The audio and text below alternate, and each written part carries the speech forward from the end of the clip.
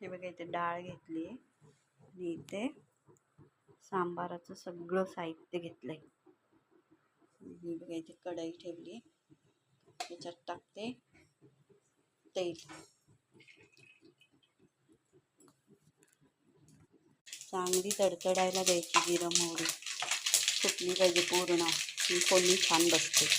त्याच्यात लसूण आहे, कढीपत्ता, मिरची, सुकी मिरची, कांदा, टोमॅटो,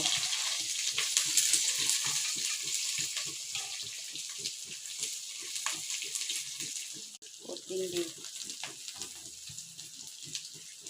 बघा जे आपल्याकडे भाज्या असतील त्या अवेलेबल त्या टाकायच्या. माझ्याकडे होतं वांग, मग मी हे वांग टाकलं. छान ढवळायचं. हे बघा हे आता मसाले टाकायचे. तिखट, धना पावडर, जिरा पावडर आणि हळद.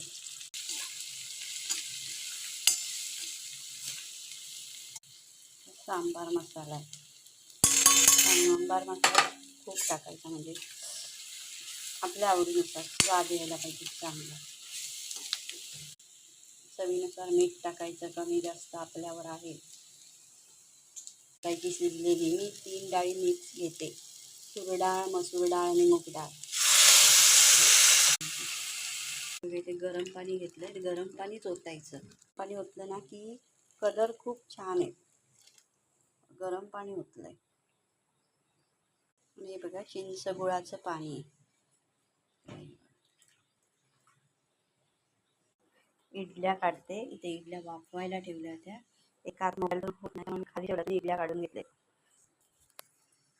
छानपैकी एक जीव व्हायला द्यायचं सगळ्याचं, मग छान होतं सांबार. डाळी शिजल्या पाहिजे चांगलं.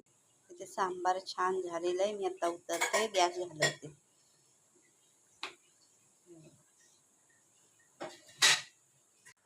हे बघा इथे चटणी तयार केली आणि इथे इडल्या आहेत आणि इथे सांबार आहे.